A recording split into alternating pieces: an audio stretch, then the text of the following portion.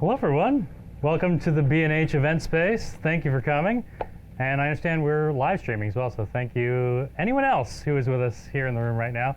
I'm Griffin Hammond. I'm a documentary filmmaker.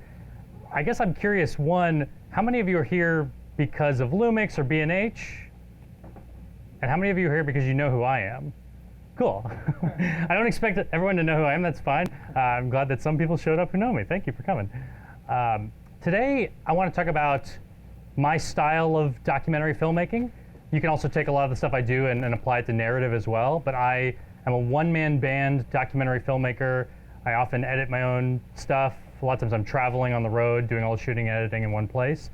So I just want to talk about the gear that I use that can all fit in a backpack that I can travel with. I try to travel light, so I'm using lights that I can bring with me, a gimbal I can bring with me, audio I can bring with me. So we'll talk a lot about the gear I use today and kind of the way that informs my shooting style. But I also want to talk about a little bit about what goes into documentary filmmaking, some of the ingredients and the storytelling techniques. And also I want to keep this really relevant to you. So for those of you in the room, if you want to raise your hand at any point and ask me a question, that's fine. We don't have to wait until the end. I'd like to keep this relevant to what you want to know. I suppose even if you were feeling bold, I wasn't seeing your hand, you could just shout out, hey Griffin, stop, and that's fine too. So before we even get into gear, I just want to talk briefly about storytelling, because I think I'm going to be talking a lot about the stuff that I use, but I hope you come away with today knowing that you could be shooting this on an iPad, on an iPhone. There's a lot of different tools you could use to be capturing high quality video, high quality audio. You could definitely make a documentary with any combination of gear. It doesn't have to be this stuff. And it all starts with, are you even telling good stories? Because if you're shooting something really boring on a great camera, it won't matter. But if you're shooting a great story on a bad camera, that could actually be compelling and you'll find an audience for it. So one thing I think about a lot when I'm thinking about story is this technique that Dan Harmon uses. Dan Harmon is the showrunner for Rick and Morty, and he also created the show Community on NBC. And I like this storytelling technique because it really simplifies things for me. I went to film school. I also failed out of film school. And I remember learning the 17 or 19 parts of Joseph Campbell's storytelling structure. It's I can only remember some of the phrases, like there's the belly of the whale and the meeting with the goddess. I don't even remember what any of those mean. So definitely when I'm out picking up B-roll or doing an interview, I'm not really remembering Joseph Campbell's storytelling model. But this is a much simpler 8-part model with very short words for each part, and I can remember this. And Dan Harmon starts by just drawing a circle, often on a whiteboard, and then drawing 2 lines through it. And there's 8 parts to every story, according to Dan Harmon. There's you, need, go, search, find, take, return, change. I tried not to look at the screen while I did it because I'm pretty sure I've memorized it by now. But his contention is that every story does all 8 of these things in this order. You is establishing a character. Who is the person that's going to go on the journey? Need. They have a will or want, something they need to accomplish. They decide to go on that journey. They're looking for that thing. These are where the complications in the film are. They find what they're looking for and then ultimately pay a heavy price for finding it. That's what take is. The take is you got what you wanted, but oh man, maybe there was a big consequence, especially in very dramatic fiction films, love stories. The return is going back home, going back to a place of normalcy. You're ending the journey, and you've changed as a character because of it. So I like this model because it's easy to remember, and you could argue that every movie does this, every commercial does this, every TV show, even a 5-minute short documentary that I might make should do these things. Sometimes I might screw some of these up or not do them very well, but I at least want to be thinking about these things. At the very least, it means you should be looking for stories that have characters that want something. And we need to find out by the end if they get that thing or not. And hopefully they've changed. We feel like they've gone through a journey and they're different because of it. So I want you to look for these ingredients when you're talking about telling stories. And I think the most important thing this thing shows you is that it starts with a person.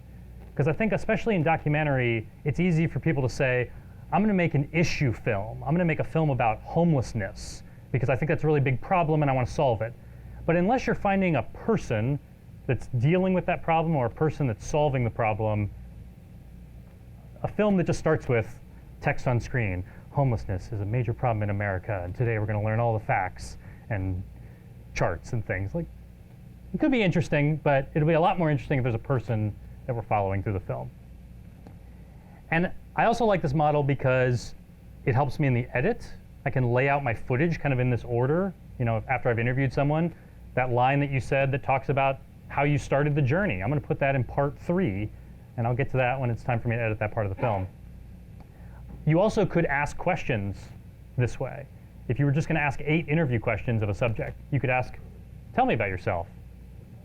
How did you know what you wanted, like when you started this thing? What was your goal? How did you begin? What was the first step? What were some of the challenges along the way? I mean, you could just go through this, and if you just ask someone 8 questions, you'd pretty much have them tell you their entire story very quickly. Next, regardless what gear you're shooting with, you should be looking for the parts of a documentary, the pieces that separate this from home video.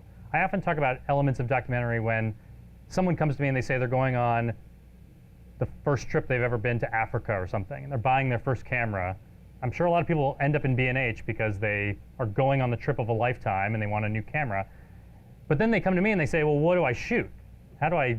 What kinds of things do I need to capture to make sure this looks cool? And usually it's just this. It's the 4 parts of a documentary that I like to talk about that separates it from amateur video. So I want to just real quick look at 30 seconds or 45 seconds from this film, this 5-minute film I did called Hand Cut.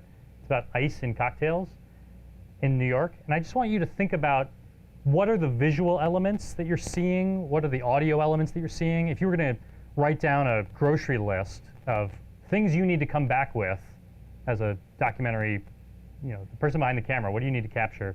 Let's come up with that list after looking at this.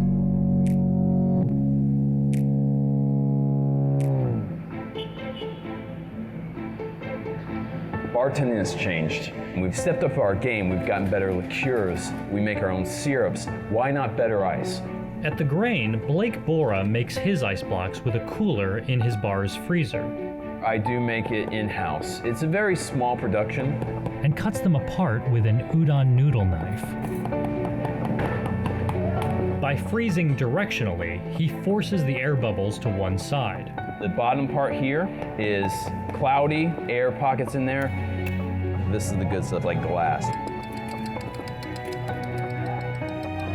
This is me sanding it down a little bit. Carving a sphere minimizes surface area. Doesn't dilute your drink so quickly.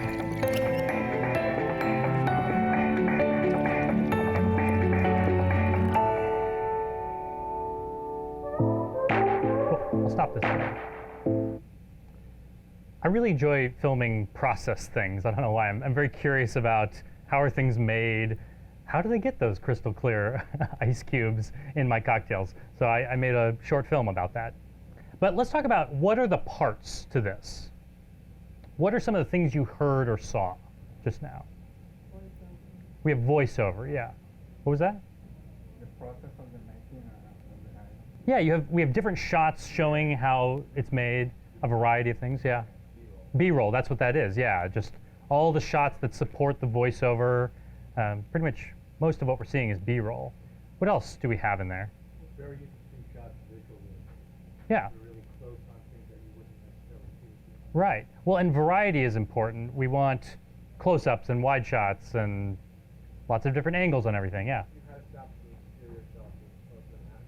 Yeah, there were exterior shots. Like, not simply the bar itself, but where the bar is. Right.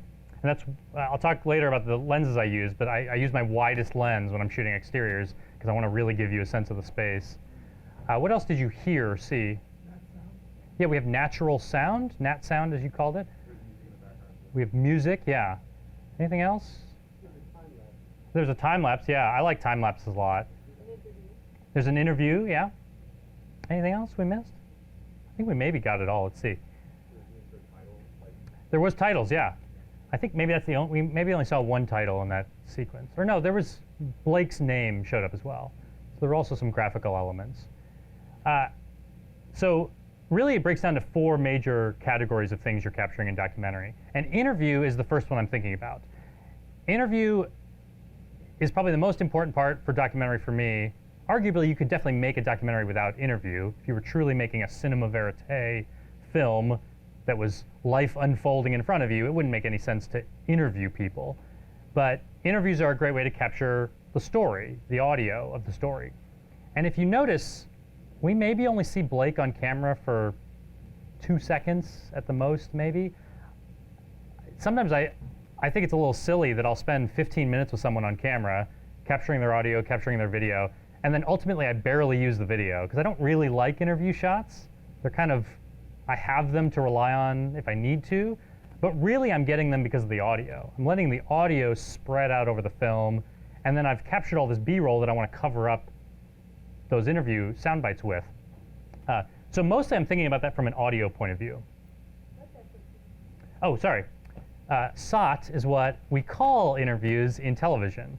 And I've grown to like calling them SOTs because it's a short acronym. And it stands for sound on tape. It's an old phrase, but if you go into a newsroom, they'll call it a SOT. But it's the same thing as a soundbite or a talking head shot, those sorts of things. Voiceover is also in there. Again, if you were making a cinema verite film, you wouldn't have voiceover, but I like voiceover as a way to be more efficient in my filmmaking. I probably learned a lot of really exciting things during my 20-minute interview with the bartender, and I don't want him to talk for 20 minutes in the film. And maybe he didn't say something very well, but he conveyed it to me. It just took him a minute to explain it. Maybe I can figure out a way to say it in one sentence and move along. So it's kind of a crutch a little bit in my filmmaking, but I'm kind of mixing my voice and their voice to get through the information really quickly. you ever find yourself in a, wording questions, in order to try and, help you shape the response you want? Yeah, so the question is, do you word your questions in a way that evokes the right kind of response? I find, maybe I've just been lucky with many of my subjects. I usually interview them after I've shot a bunch of B-roll, which we'll talk about in a second. So I've spent some time with them and gotten to know how they talk, and hopefully they've gotten to know how I talk. So usually by the time I do the interview, they're not saying yes, no. That does happen though. I did some election coverage on Tuesday, and I talked to some voters, and for the most part, people were excited to tell me how they voted and why, but every once in a while someone would just say, I'd say, you're a Democrat, are you hoping for a blue wave today? And someone would say, yes. And that's not a useful answer for me. So you do have to phrase your questions in a way that get the right kind of word, the right worded response. But I find the more time you spend with someone, they begin to understand what you're looking for. And I think people are better at telling their stories when they understand what is this film that you're shooting, why are you making it, and hopefully if I've just spent 30 minutes saying, hey Blake, can you show me how you make ice, and I'm shooting every part of that process, by the time I get him on camera and say, all right, so walk me through that process again, he kind of gets what kinds of things he needs to talk about. And we've kind of established a rhythm too, because my biggest concern is not that people are going to answer with just yes or no. My bigger concern is that they're going to talk for 5 minutes to answer a really simple question. Because I don't want to have to do too much editing and pick out the good parts. I would rather you, as a subject, feel like you conveyed yourself very efficiently, because it's probably a better soundbite if you feel like you got everything across in one sentence or 2 sentences. So B-roll is most of what I'm shooting. And I am capturing audio during the B-roll, which is the nat sound. But generally, the audio is not the important part of B-roll for me. I know that the voiceover, the music, the sound bites are going to do a lot of the work. And then the B-roll is there to support all the voiceover and sound bites. All of these elements I'm talking about are the same in a local television news story or in a major expensive documentary. I just think they do them a little bit differently. And definitely the work I do, I feel like it looks different than local television news, quickly produced, quickly turned around television news stories. But it's the same ingredients. I think it's just we use them in different durations. I've definitely seen local news stories where you have the anchors on camera, they start talking, then they cut to the beginning of the story. These stories are actually called VOSOTs because they are VO, voiceover, and a SOT. There'll be a bunch of B-roll to cover up the anchor while they talk live, and then it'll cut to a soundbite, that's the SOT, and then sometimes it'll go back to VO so the anchor can finish off the story. But you might tell a 1-minute story in local news and maybe you only have 7 shots of B-roll and a soundbite. I mean, you could even do it with 1 piece of B-roll and 1 soundbite. That could be your entire VOSOT. But I just think that'd be pretty visually uninteresting. So in the piece you just saw, my B-roll usually lasts a second or 2. So I'm cramming, in this 5-minute film, there's probably 200 shots in there or something like that. I'm putting in a lot of B-roll. So I'm spending hours shooting B-roll, and then I'll only use a little bit of it at a time. But I have a lot of options in the edit. And then finally is nat sound breaks. I talked about nat sound. You mentioned nat sound as one of the pieces we're picking up. Nat sound is, I have the microphone on the camera, it's getting the audio that's happening. We also call it wild sound. If I'm doing an interview, I probably want to get the audio really close to the person that's talking. But for nat sound, it can probably be almost anywhere. I'm probably going to drop it to 20 decibels. It's in the background, we'll barely hear it, but it lets you know that you're in that space. Occasionally you did hear like the chipping of the ice blocks. And at that part in the film, that was what I would call a nat sound break, where everything else falls away. The sound bite stops, the voiceover stops, and we let the audio of the nat sound rise up and be its own moment. And for that, you probably want the best audio you can get. So I think at the time, I was using either this XLR adapter for my camera, I was doing that for the interviews, but then I also had an audio recorder, and I would just put the microphone on the bar next to the guy doing the chipping, have my audio recorder here, push record, and then I could stand way back here and zoom in or use a prime lens or something, get the nice shot, but know that I'm going to get some really nice audio of him doing the chipping. So I'm capturing that nat sound, I'm syncing it later, and then I'm letting that moment play out in front of, in the film. That's a nat sound break. What is the decibel for the voiceover? So there's the audio level. Your question was, for those watching the live stream, what decibel levels do you set all this stuff at?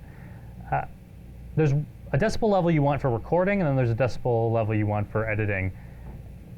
Most of the time when I'm recording voice, I kind of want it peaking around -6 decibels. Maybe the loudest parts are kind of hitting 6 or going up to -5 or something, but probably most of that voice is happening around -12 or something. You wouldn't want to record audio, someone's voice down at like -40. You'd capture it, but then when you, in the edit, go to turn it up, you're going to bring all the noise level up too. So you want to kind of be as loud as you can, but you never want to hit 0, because when you hit 0, you've ruined their audio just for that moment. It peaks, it distorts, it doesn't sound good. So you want to find something decently loud, like -6 to -12. That's not too loud. And then you could put it wherever you want. In the edit, depending on what I edit, for a documentary, I may leave it around -12 to -6 for voice. If it's, if I'm trying to make a really loud, bold commercial or something, maybe it's a lot closer to 0. And then nat sound for me generally lives around -15 or -20 if it's just kind of background noise. And music for me usually at its loudest is like -12 or something, and it kind of lives down in around -20 if it's background music. I hope that makes sense. I'm not an audio engineer though, so like I'm sure some people watching are like, no, there is a set level that you keep all of these things at. I think what's most important for me is just the balance.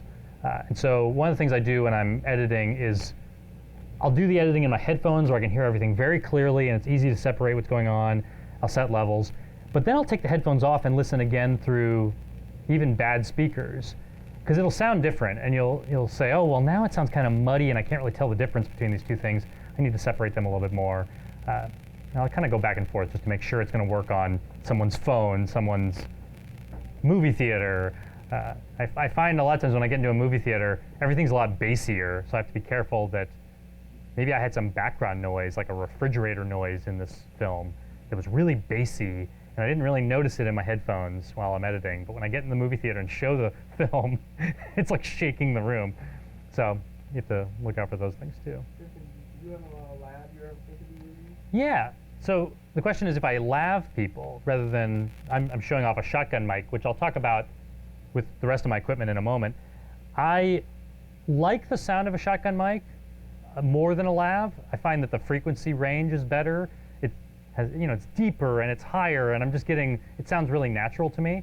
A lav to me sounds kind of tinny, even a nice lav. It's also in a weird spot. I'm probably touching mine and messing up the live stream, but this is down here on the bassiest part of my voice, my chest. If I were to bring this up here, it'd be a little bit, we'd be hearing more treble in my voice. So it's also, to me, not really in an ideal spot. Distance-wise, it's ideal. This is better than having this out here. So there are situations where, in a loud environment, it makes a lot more sense to use a lav than a shotgun mic. But when I can, like I did an interview up on top of a mountain and it was silent up there, I'd love to use this because I'm gonna like that a lot more. I also, this might be in the shot, this might get bumped, clothes might rustle against it. There's some issues I have with lavs. Also, when I'm doing politics coverage, I don't always feel like I can walk up to a politician and say, hey, can I clip on this mic? Or especially if you're not wearing a jacket, can you run this mic up your shirt? Like, that's pretty awkward if there's a bunch of reporters around. So I can always do this. So that's one reason I've kind of gravitated towards shotgun mics. So before I move on to gear, is there any questions about the elements of a documentary? Yeah. So I do a lot of corporate commercials, Yeah. and during B-roll, I find it kind of hard to capture I see something happen, and I'm recording something else, and it's like, oh, I want to get that, I want to get that moment again. But then when they play it, it gets a little weird. Right. How do you find yourself kind of capturing all these moments? Right. Well, yeah, I do. The question is about how do you capture things naturally when, especially if it's like a corporate video and you need someone to do a specific action, but you don't want to give them too much direction. I do feel that way as a documentary guy. I would prefer to let things unfold naturally in front of me. I'm also just not the kind of guy that likes to tell people what to do. Maybe that's why I've gravitated towards documentary and not fiction film, where I really would have to do a lot of directing. In documentary, I like just showing up and saying, do what you do, and I'll get some shots. But I think good documentary filmmakers are bold when they need to be, and they are willing to say, okay, I love what you just did. I screwed it up. I wasn't in focus. So if you could just do that again, you can ask them to do it a few times. In the interview too, you can ask someone to rephrase it if they're being kind of weird about it. But generally, instead of trying to chase someone around doing something where everything's a moving shot, I try to kind of, if someone's doing a process like chipping ice, I get a sense of what the process is and the steps they're going to go through. And now I can anticipate, oh, he's going to start with this, then do this. So maybe I get ready, get my shot on the sink where I know he's about to bring this thing over. And now it just feels like a very stable shot because action is moving into the frame rather than me panning around, and this feels very home movie. So I think you want to wait for movement to come to you. If you can. Yeah. Do you give it a day to go to location to see where happens, and then the next day you kind of you're doing this, and then you want to do this. Do you find yourself doing practical like that? I don't often spend any advance time before I start shooting a film. If it's a big project, yeah, I may need to visit and do some location scouting. But a lot of times, the kind of work I like to do is kind of just show up and see what inspires me. And to me, that's really fun, and it also just allows me to get things done pretty quickly. I do have to make sure I'm spending enough time with my subject to get all the shots I need. But you could honestly make a pretty good product by spending 2 hours with someone. You could show up, say, I mean, often the first thing I do with a subject, if I have a short amount of time, is, just show me around the space. Where are we working? And this is where I'll probably get some pretty bad footage, but as long as they're showing me, taking me on a tour of the factory or something, I may just kind of roll over their shoulder a little bit. These walking shots over shoulder could be useful, but I'm probably not going to get a great close-up of something while they're walking me around. But now that I understand, they've shown me everything. Okay, so let's go back to that thing where you crush the hot peppers or something. And now we're going to get some B-roll of that. And we could shoot B-roll for an hour and a half. I could probably get a lot of great shots in an hour and a half, especially if I'm handheld, and every time I start shooting, I'm getting a close-up of this thing, a wide shot of this thing, a medium shot of this thing. All right, let's look over here now. Close-up, medium shot, wide shot. All right, what's this thing? Close-up, medium, wide shot. I mean, in 5 minutes, I could get 45 shots that are great, and a bunch that I won't use. So you could shoot a lot in an hour and a half and then spend your last half an hour with someone getting the interview. Now that you've learned everything, now you know what questions to ask, and they're comfortable with you. And so in 2 hours, you could tell someone's story in a pretty compelling 2-minute piece, maybe, depending on how long you're willing to let these shots last. Yeah. I believe it was one of your videos, an interview video, you had 5 throwaway questions in the beginning just to warm the interviewee up. Yeah. But I really like your suggestion of doing the B-roll Yes. first. You could actually lab them up, shoot the B-roll, and you might get some good footage, some good sound clip out of that B-roll, just All right. talking about the thing.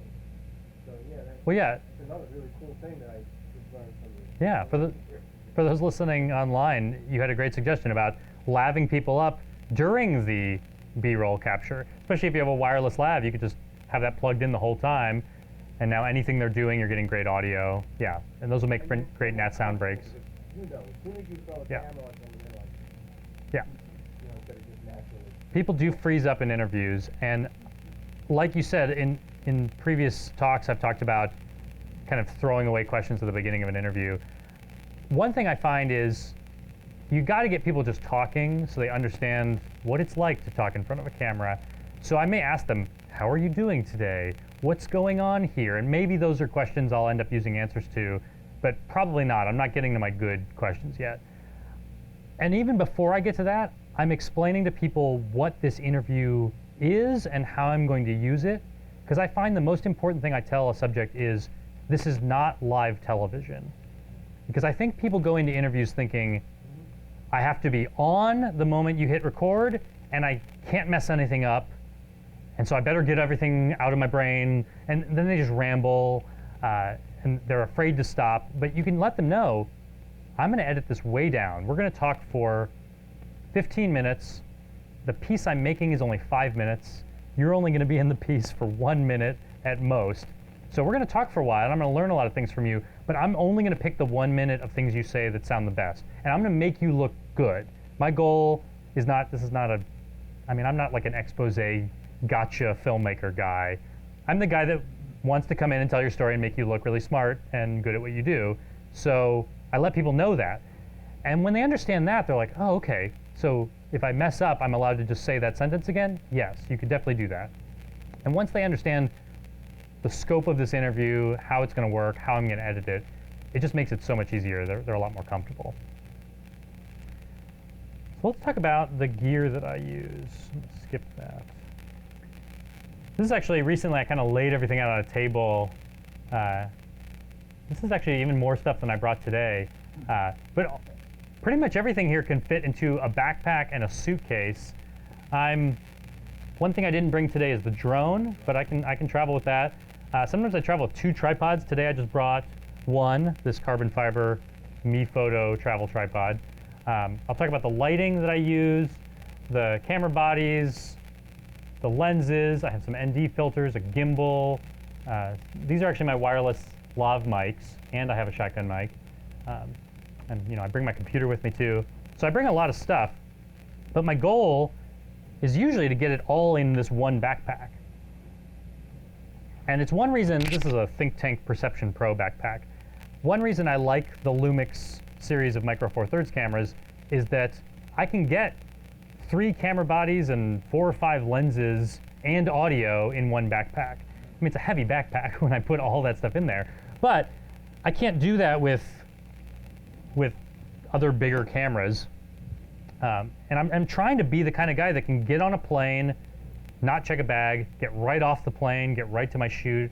Especially when I covered the presidential election at Bloomberg Television, and I was traveling multiple cities every week.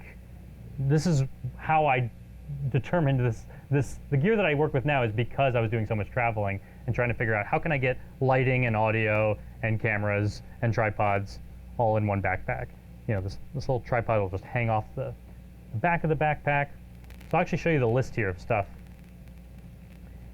And everything I use, I keep online in a list at griffinhammond.com/gear. So you can write things down, but you don't have to. You can just find it later online if you want. There's even more stuff that I list out, but these are the main things I want to talk about, the things I brought today. I'll talk about audio first. We've talked about it a little bit. I use this XLR1 adapter that Panasonic made when they released the GH5. I also have a GH5S here, and it works on both. It has 2 XLR inputs on it. And it doesn't need to use the microphone jack on the camera. It just uses the hot shoe, sends the audio right through that way. And so I can plug in 2 things. A lot of times I'm plugging in this little Azden 250CX microphone. And I know this is Panasonic Lumix Day, but I also just have to say I really love this Azden shotgun microphone. I'm not endorsed by Azden or anything, but I've done some mic tests with this. And I have a Rode NTG3, which is a $799 microphone. I love that microphone. It's a great microphone. This $200 microphone, to me, sounds exactly the same, and it's smaller. I'm sure if you're an audio engineer and you're doing side-by-side tests, you'll hear a difference, and you'll say, well, no, this is why the Rode is so expensive. I just think that not every single mic that Azden makes sounds as good as this one, but I just think they kind of hit a really nice sweet spot with this one. I just think this one's a great value for the money, and it's pretty portable. I also think your audience will never get the opportunity to hear things side by side. You could record with a $800 microphone, or you could take your iPhone out and just put it near someone while they're talking. The audience will never get a chance to compare what it could have sounded like. They'll only get to hear the thing you did. So I wouldn't worry too much about slight differences between microphones and really any of the gear I'm talking about today. With a microphone, it just matters, are you getting it close? And that's one reason you might use a lav mic, because you're always going to be super close. But I might do this, put it up here on top of the XLR adapter for nat sound. But anytime I see someone shooting an interview where they have the mic on the camera and the subject is over here, I'm just thinking, that's not going to sound very good. You're going to get audio. They'll be audible, but we're also going to hear a lot of room reverb. You're going to hear my voice bouncing off the walls and then hitting the microphone again. If you get this microphone just out of frame right here, now by the time my voice bounces off the wall and comes back and hits this, it's a lot quieter compared to what's happening right here, and you won't hear that reverb as much. So any microphone, just get it close as you can, and you'll get really clear audio. And I'll show you real quick. We'll come back to the rest of this gear. But I want to show you a trick that I've often used. Some of you may know where the microphone is in this shot right now. For those of you who don't already know the secret, can anyone guess? It could be Ben's hair. Yeah, Ben does have a lot of hair. I could stick a lav mic in there. I mean, and also he's wearing so many clothes, I could easily get a lav mic in his clothes, but I'm not using a lav. So where have I put my shotgun mic? On the basically the lanyard or the strap on the Yeah, well, actually, it's a good thing you mentioned the camera itself. I've used a camera as an audio recording device. I mean, it's not as good as the shotgun mic, but these cameras do have a couple little microphones on top. And if anything, if he's holding a camera talking about it, that's a pretty good location. It wouldn't be as good as a shotgun mic, but like this here, a foot away from my mouth, will be better than a shotgun mic that's 8 feet away. Where else might I hide a mic? It could be on the ground, yeah. We could go under him. We could also go over him. Behind him. Behind him, I've tried that before, like thinking if you get it really close, but it's kind of facing the wrong way though. Yeah, then his voice has to travel forward out of his mouth and then back, and it just doesn't sound as good. We do want to get it kind of in front of him, pointing it at his mouth, ideally. I could put it behind the camera, but it's just going to be too distant. That's one place I could put it, inside his jacket, but actually, I like to put the microphone blatantly in the shot. And someone just said it. They said I could mask it out. If I'm shooting the interview on a tripod like this, it's not moving. The background's not going to change. Hopefully here there's no clouds that come through. There may be some little blades of grass that move differently, or maybe I think every once in a while a bug might fly through, and that could be a problem. Because the trick is, when I'm done with the interview, I just back myself out of the shot, get a clean image like this, hold I just record for 10 seconds or something. Here Ben is just messing on his camera because I just said, hey, stay there for a second. And then I can just mask out and cover that up. But this serves my goal of not having to use a lav, wanting to get the audio as close as possible, and then I can mask it out. Now this doesn't work all the time. You can't do this in a handheld shot. I've developed this strategy because for some of my interviews I want to shoot with a particular lens, and it means that I have to have the lens far away. In this case, I was trying to show off the 4K of the camera, and so I thought it'd be silly to do a close-up on his face and hide the mic under. I want to really enjoy the 4K, and it'll look better as a wide shot of him. So I needed him to be full body. I needed the camera to be about 7 feet away from him. And inevitably, if I'm going to use the lens that I want, it means I'm going to have to be in the shot to do it. Now, right here, I have a 12mm lens. I can get really close to someone to do an interview, and I do a lot of handheld interviews where I might stand this close to someone and I can hold the mic here and it's not going to be in the shot. So you could definitely not have to crop yourself out and still get close with the audio. But I just want you to know this is one way you could do it. This is on the peak of a mountain called Fürst in overlooking Grindelwald, Switzerland. We're pretty high up. Yeah. This is where I was alluding to earlier. It was very quiet up there. So I felt pretty good about, I wanted to get the audio close, but I also thought, wherever I get this microphone, I think I'm going to get pretty good audio up here. There's not really any background noise up there. And lucky no wind either. If I had wind, I would use my dead cat that I have here in the bottom. What was that? Yeah, you're wondering if there's an echo. I mean, the mountains are so far away, he'd have to really be yelling, and then even then, it would come back as such a low thing. I'd be more concerned if there was like a wall of rock just behind the camera. If there's something for his voice to bounce off of immediately and come back. But this is a much better recording environment than a room. In a room, you're going to hear those things come back right away. So you have to pay a lot of attention to the surrounding when you're doing the sound because of the balance and that. Yeah, and I mean, that's one reason you just always put headphones on. In fact, am I wearing headphones in this? I think I'm wearing little earbuds, yeah. The main reason I'm wearing earbuds when I'm doing an interview is I want to make sure I'm not getting wind. Because wind, a slight breeze won't sound like much to your ear, but if it's hitting the microphone, it's like, and it's not usable anymore. And then I need to pull this thing out. So that's the main reason I'm listening to that. Also, just to know that I'm getting good audio, especially if I'm using like a wireless lav.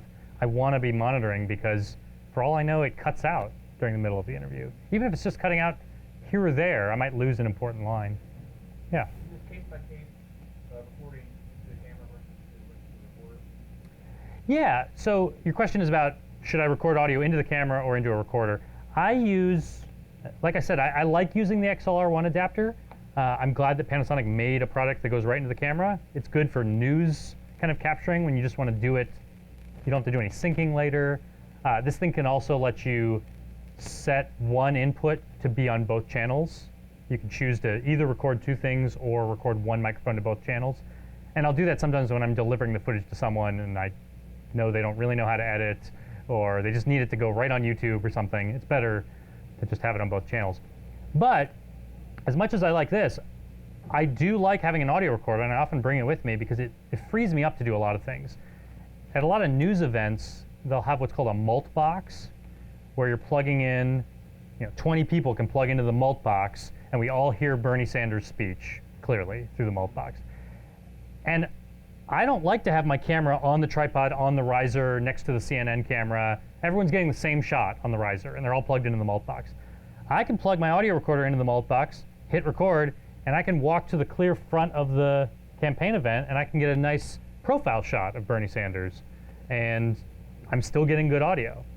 So I like that I can do that. It meant that when I was doing the ice documentary, I could just leave it over here, get the ice sound, and now I can walk over here and shoot. So there's some benefits to that too. And in those circumstances, would you still put a shotgun on the camera to be getting better sound than just the camera itself? Yeah, I do that often, have the audio recorder in one place, capturing the board audio. And then yeah, if I have this thing too, which I usually travel with both, might as well throw this thing on top of the camera. It's pretty light, and at least I'm getting slightly better audio. Yeah. No, we're talking about like I might have the audio recorder going into a mult box or a soundboard, some other thing that's although sometimes I travel with multiple shotgun mics. If I have two camera bodies, maybe I'll plug in both, or especially if I have that audio recorder, I could just leave a shotgun mic somewhere too. Yeah. So let's talk about the rest of the gear that's here. Let me go back to this list. I'll go through this real quick, and then I'll plug in my camera and we can actually see some of these lenses. I told you that I'm using the GH5S and the GH5, and I'll talk a little bit about the differences between these two cameras in a moment. But they all use the same lenses, and the ones I brought here are this 12-35, which is that all-purpose lens I say that I like. This lens I shot my entire documentary, Sriracha, about how the hot sauce is made. I shot almost the entire documentary with one lens. I think the 12-35 is a great documentary lens.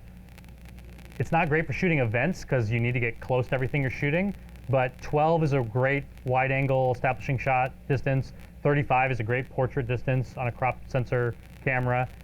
This is like a 24-70 if you're talking about full frame.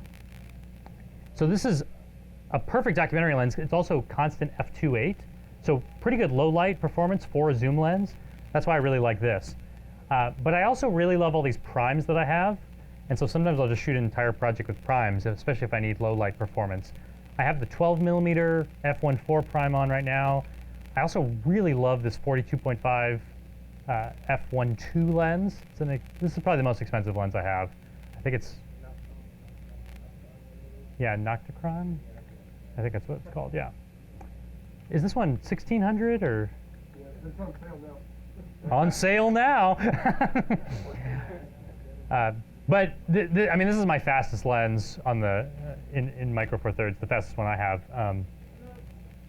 And then I also really like this 25mm f1.4 lens. This is just a great portrait lens, and it's really small too.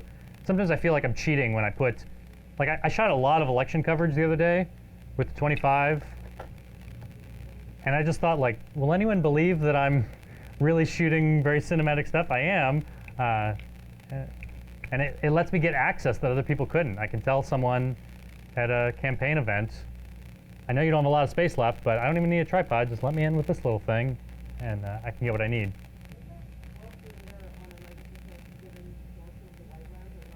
I'll show you that one in a moment, the 12mm. We can see how much distortion there is.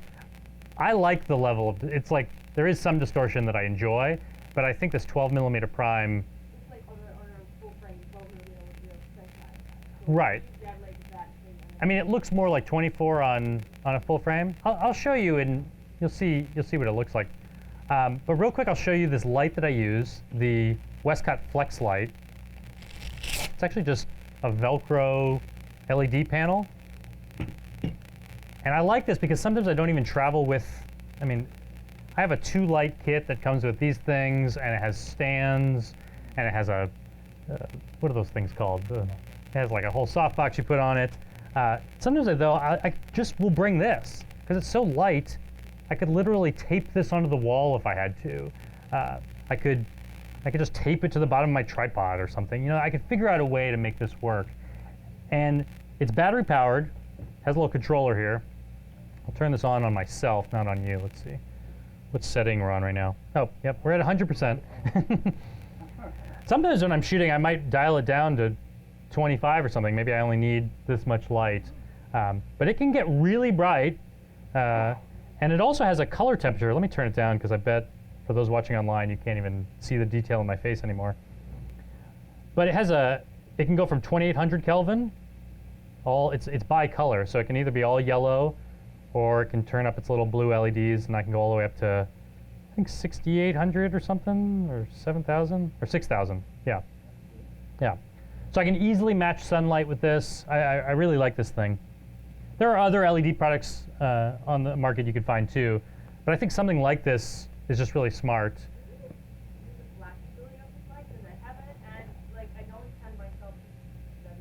Right, you don't want to fold this thing in half, it'll break. I haven't done that, but I've read the manual. I mean, you could do this though, and I mean, so people have come up with creative solutions where, you know, you might put it in a corner or something. It's also a great, like, stick it to the roof of a car light. Yeah, that's what In fact, I think the Velcro itself, one time I was in a radio studio and we were shooting a podcast with video, and their walls were kind of carpet-like, and I just stuck it on the wall and it just stayed. Let's see, I might even do that on these chairs. Let's see.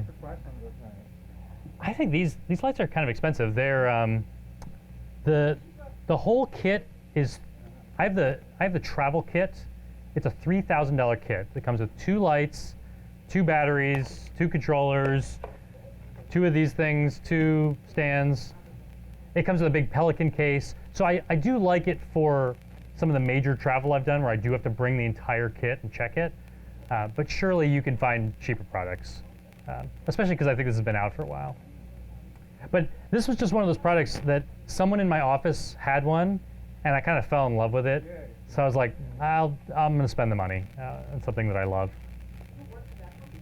I don't, no. There are right now very serious versions. Like, Yeah. There is one that costs like somewhere, like it's got a safe frame, I don't know, a safe frame and everything, and the same kind of Right. everything. And also remote control, $100 and I was on right now. Yeah.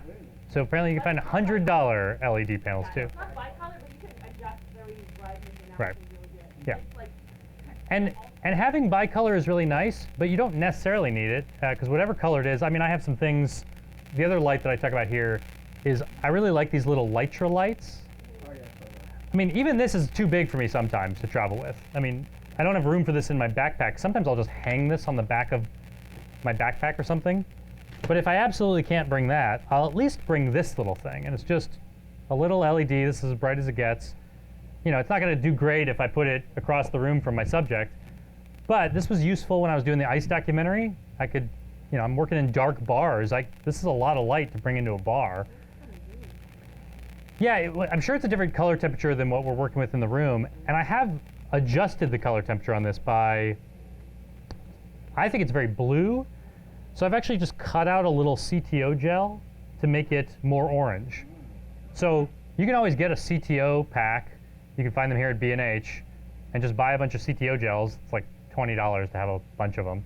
And now you can take any LED light you buy that's really blue, maybe it comes in 6,000 or 7,000 Kelvin or something, and you can warm it up so that it's 5,500 like the sun, or it can be 3,200 like your indoor lighting. You can get it to be exactly where you want it. So I just kind of calibrated this with some CTO to make it roughly, it's probably more like sunlight now. It's kind of warmer than it was.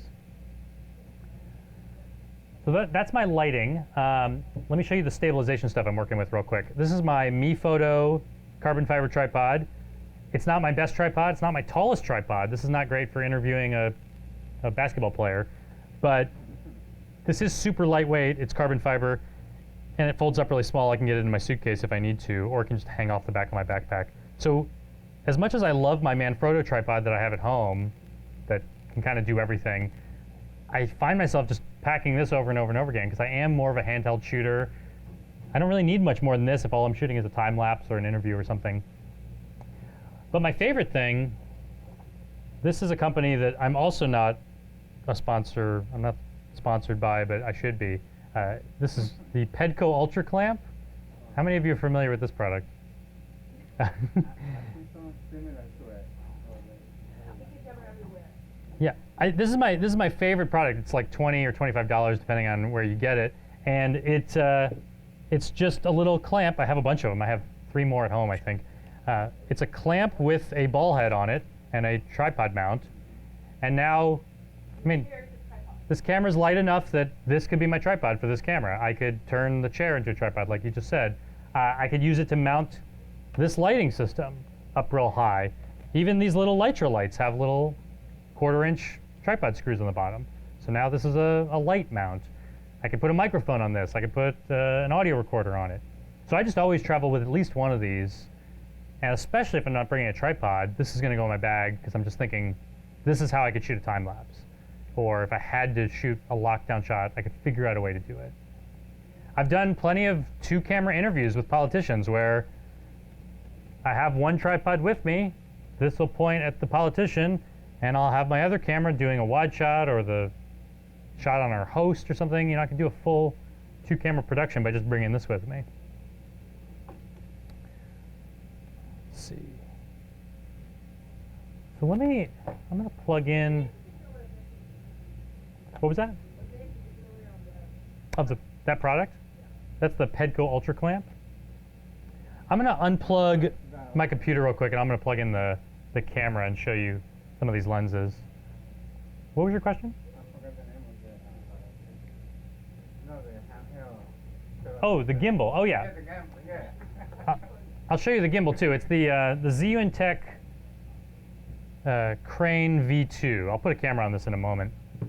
So let's real quick plug this camera in.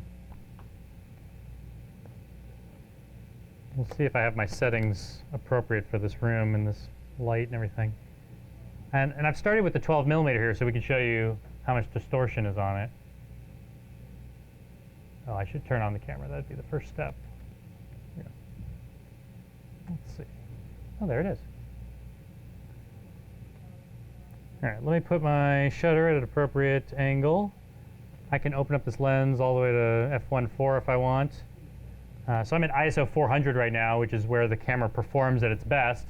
But I have plenty of light here. You can see my zebra stripes in the background. It feels a little washed out. That's what'll happen if all these soft boxes up here are pointing at us. But yeah, this is the 12mm, which I don't see too much edge distortion on it, do you? I mean, like, but John, if you don't mind, I might bring in the camera close to you. I kind of love the 12mm focal length because it does give you a lot of distortion. I'm going to push the screen right now to focus on your face. There we go. I just kind of love this lens. I kind of love this focal length. It's a little weird. You know, his arms are bigger than they should be because they're closer to the camera. Depending on where I put this camera, I can kind of shape him differently. But I also love being able to shoot f1.4 on a lens this wide that I can still throw the background out of focus. I can still get a lot of light out of it. So this has become one of my favorite lenses. But let me show you some of the other ones I'm using. Let's put it on the 25mm. This is a lens I didn't use too much until a photographer friend of mine, she was like, well, that's the lens you want. It's a great portrait lens. This is just a nice flattering focal length. Let me put this back on the... This is the 25. It's an f1.4. I think Panasonic also makes a 25 f1.7. Yeah, it's very, very cheap. I got it on Yeah. camera right now. It's like $150. It just looks really good. So we just put it downstairs and on the camera. It's like, how can you do that? Right. That's a very affordable lens. And I think this one's not too bad. This one's in the, what is it, 600 or something? Yeah. I like this lens a lot too. I've actually found myself shooting on the gimbal a lot with this.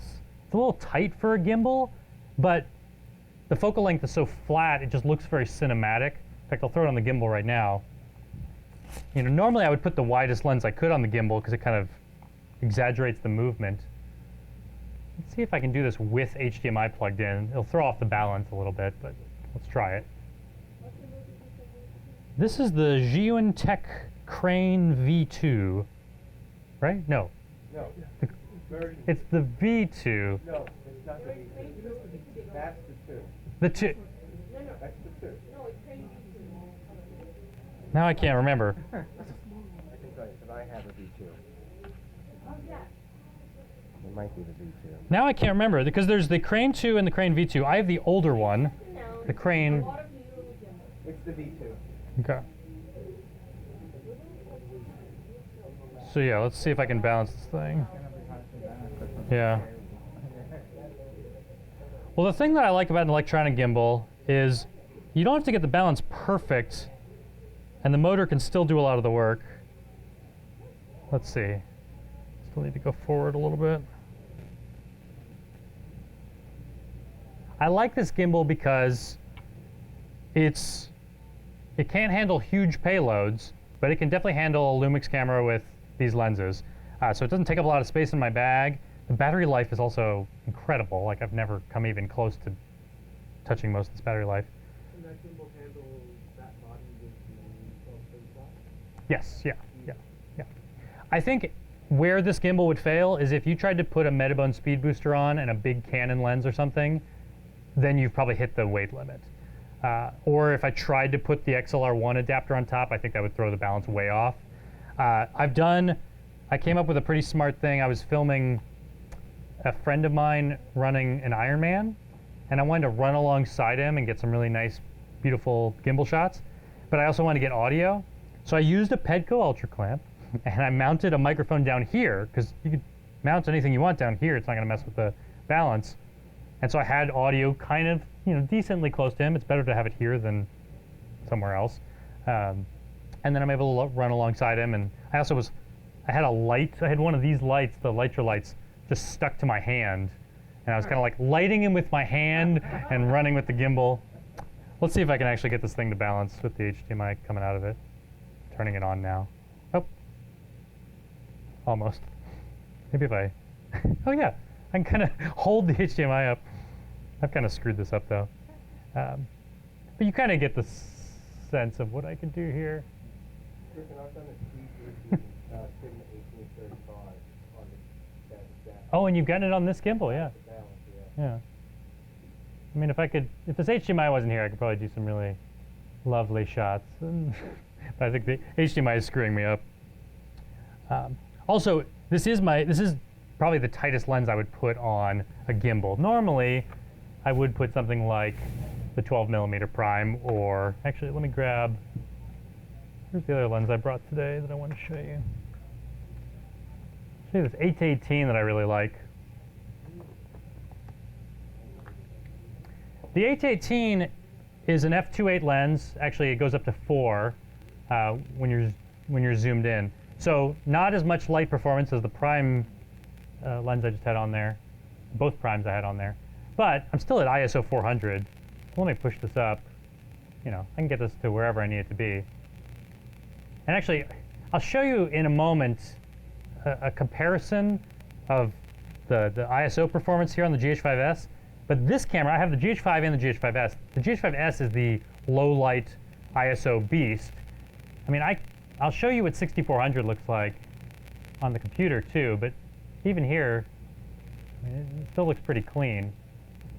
Like I feel really comfortable using this at above 1600 or at 32 or a 64. It's a really clean image. But of course, in here, I probably only need to be up to 2000 or something. I'll show you. I mean, it depends on your tolerance for noise. But I have a pretty good example where you'll see the noise and you can decide if you want it or not. Let's see. If I get close to him at 2.8, I probably can throw you out a little bit. Maybe not too much. Yeah. A little bit out of focus back there, but if I get even closer, I can do it even more. But this is my favorite time-lapse lens, my favorite establishing shot lens. It's also a really fun gimbal lens. Let's see if I can get this to balance. That's close. Let's see. It's green and black. Oh, there we go. Yeah, yeah. Now we're gimbaling. Oh no, I lost it. I need to hold the HDMI. Okay. Now I could like do a crane shot or something. I'm kind of screwing it up with the HDMI. Every time I tap the HDMI cable, I'm messing it up. You'll just have to trust me. I'm a better gimbal operator than this usually. I'll put this back on the tripod. Usually with the gimbal, I'm just moving kind of in a straightforward line. You know, in a room like this, to show off what's going on in here, I might just like walk right down the row and just get a nice shot of all of you. I could also shoot it in slow motion. All of these cameras, I mean, both these cameras can shoot 4K 60. So I do 4K 60 shooting a lot, and then maybe I'll edit in a 30 frame timeline. That way I could make everything 50% slow motion. All the gimbal shots look better that way. Put you in focus, actually. The 5 or the 5S or one or the other? Yeah, so I have the 5 and I have the 5S. The 5, the main reason I'll use the 5, the original one, let me put a lens back on it, is this camera has in-body image stabilization, the GH5, meaning that the sensor actually moves around. In fact, no, can't really get it to shake too much. The sensor can move around to stabilize your shot. And a lot of these lenses have their own stabilization. That's one reason I like the 12 to 35. It's the reason I bought it so many years ago is because it has its own stabilization. When you put them together, they do what's called dual IS. They work together and they really stabilize the shot beautifully. I do a lot of handheld shooting, so I love the GH5 for that. The GH5S does not have the in-body image stabilization. They got rid of it because they actually made the sensor bigger on the GH5, just slightly bigger, but big enough that you can't move the sensor around or you'd see the edges of the lens. So, and they also gave it bigger pixels. And they gave it dual native ISO, which I'll show you in a moment. So they did a bunch of things on the GH5 to make it a really great low light performing camera. And so if I'm going to be on a tripod, if I'm going to be on a gimbal, if I'm in a studio, this is the perfect camera. If I'm going to be running around handheld, I want to be using this camera instead. And let's see, what other lens do I need to show you? I need to show you the 42.5, because this is my favorite prime. And then lastly, I'll show you that 12 to 35 real quick. Oh yeah. Oh, I'm at f8 right now. Yeah, I love this lens. Now this is where I also have a whole bunch of ND filters on me, because if I'm working outside or in a really well-lit environment like this, and let's say I do want to be all the way at f1.2, the maximum biggest aperture on this lens, you know, well, I can drop the ISO. Let's see where that gets me. Actually, that's a pretty good place, but let's say it was even brighter in here. Now I have a 3-stop ND I could throw on here. I also have a 6-stop ND. So if I'm shooting out in bright sunlight, I mean, when I was shooting some stuff out in the desert in the United Arab Emirates, and I found myself using both of these. This is how dark I had to make it to get a nicely exposed shot like this out in the desert. For those of you who don't do a lot of outdoor filmmaking, I mean, especially if you're new to filmmaking, you may not realize just how many times brighter it is outside. I mean, the sun is crazy bright. You think this room is bright right now, but it'd be dwarfed by what's going on outside. Griffin, when you're in that situation, say you forgot your NDs, have you ever forgotten the 180 rule or just cranked the shutter up? Yeah, so it's good that you bring up the 180-degree rule, because the whole reason that I need an ND is because there's 3 ways that we're exposing a shot. We're exposing it with aperture, with shutter, and with our ISO. And all of them introduce a new creative phenomenon.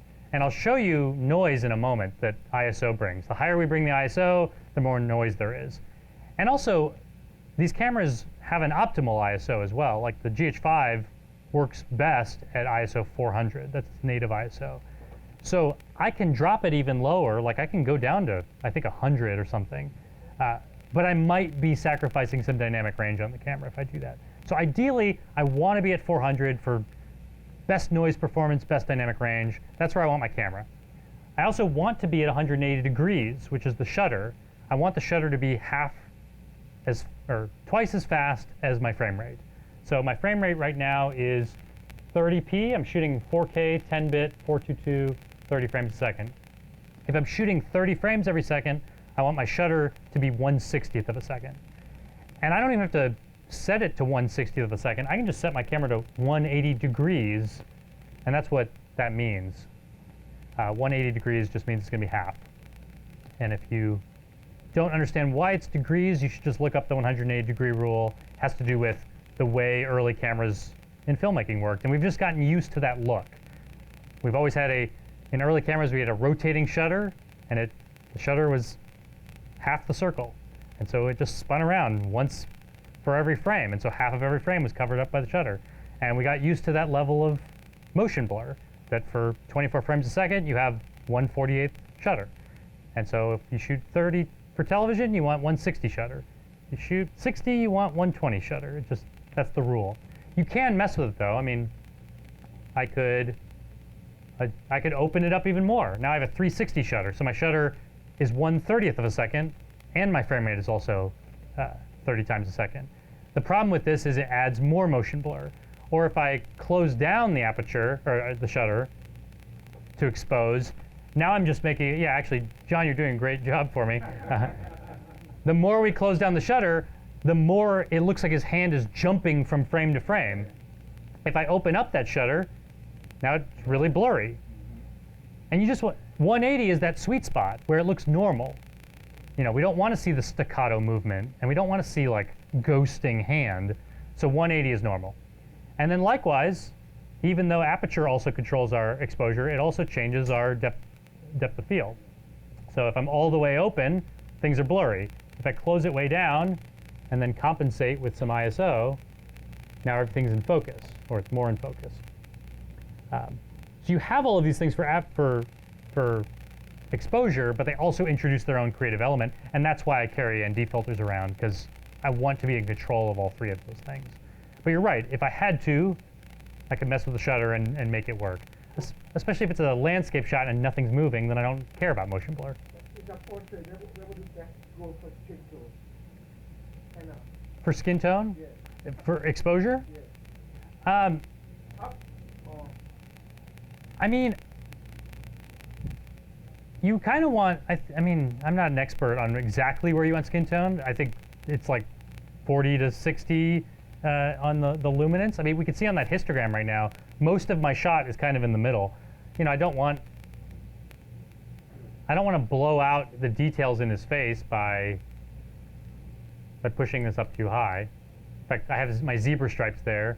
There's not much on his face, but I can tell this is too bright, and I mean, I can always pull this back. I haven't lost any detail in his face yet. I am losing detail in your hands there, because we know from the zebra stripes that now I can tell I've lost detail. I'm not gonna be able to pull that back. In post, I could lower the exposure, but it's just gonna still be a white block. My editor has always said, for stills, it's better to underexpose, but for video, to err on the side of over.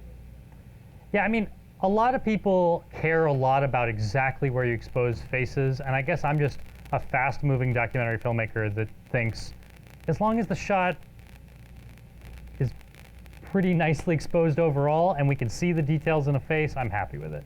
I can always push things up or down a little bit in post, but I'm using a combination of my histogram, my on-screen exposure meter, which is just giving me an average of the whole frame. But I think just subjectively, I could look at the shot right now and say, he looks a little bright in the face. And so I'll lower, well, let's get my shutter back to where it's supposed to be. Maybe I'll open it back up to f1.2. And I'm happy with that. There's kind of some darkness happening in the background, but to me, that shot looks good. Except it's not level, I can tell because of the on-screen level. So let's fix that. Yeah. What kind of LUT are you using? Oh yeah, right now we are shooting in Vlog. I can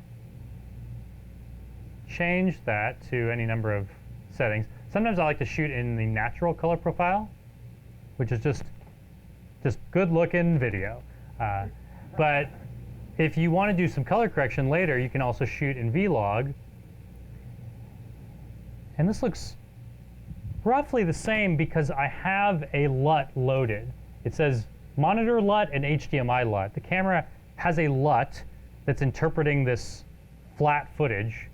Let me see if I can turn that off real quick on the monitor. And then we'll... On the 5. That's only on the 5S? It's on both. It is? Yeah, you can load a LUT on the GH5. Yeah. Like a Retro 9. Yeah, it's a pretty normal LUT that I have in there, just for reference. Because if I can turn it off, we'll see how hard it is to shoot in Vlog without a LUT. Well, there we go, yeah. Okay.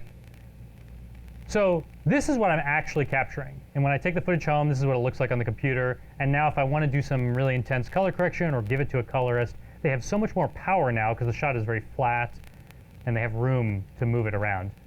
But this can be difficult because when I go in and change my white balance around, the changes aren't that dramatic. Like, here's sunlight, here's cloudy, here's shady, here's indoor. I can tell indoor's wrong because these lights are not incandescent color. But maybe this is too yellow and it's kind of hard for me to tell. But let's turn that LUT back on. Okay, now I can tell this is really warm and red and yellow, and maybe I have a problem with my white balance. So let's go back into my white balance. Sometimes I use the presets. Sometimes I prefer to just dial in the Kelvin exactly where I want it. Maybe I want a really cool look for him. I like dialing in the white balance because I also don't think that white balance is a rule. You don't have to be using the sunlight preset when you're out in the sun. A lot of times I want it warmer. Like if I'm shooting in the summertime and I want to really make it feel warm, I'll actually warm up the Kelvin more than the sunlight preset. Maybe right now I want it to feel cold. You're wearing a beanie. And also, if I decided, like, you know, maybe the lights in here are a little purple or something, I could adjust it. I could add more green to this shot. I could add more blue to the shot. I could add more yellow to the shot. I could really dial in the white balance exactly where I want it.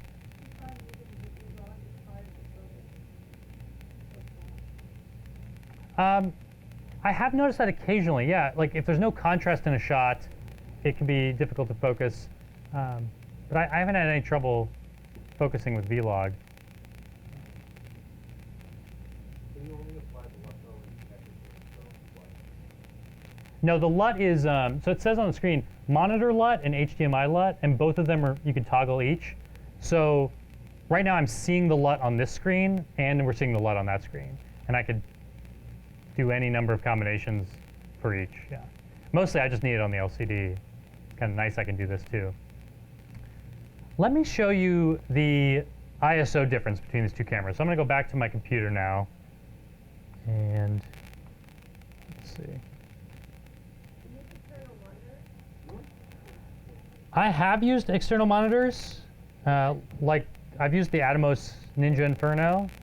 But my whole thing is trying to be as light as possible. And so I've enjoyed shooting with monitors, but then I just think that's one more thing I don't want to pack. And I've gotten used to shooting with a small LCD on the camera. I mean, I like this LCD because it flips around and it can, sometimes I'm shooting interviews where I'm looking at the screen like this because I want you to look at me while I interview you. So I can kind of do everything I need to do with just this little screen. So let's go back to the computer because I want to show you some examples of ISO. Can we put that back on the screen? Oh, we can't. I have to plug it in.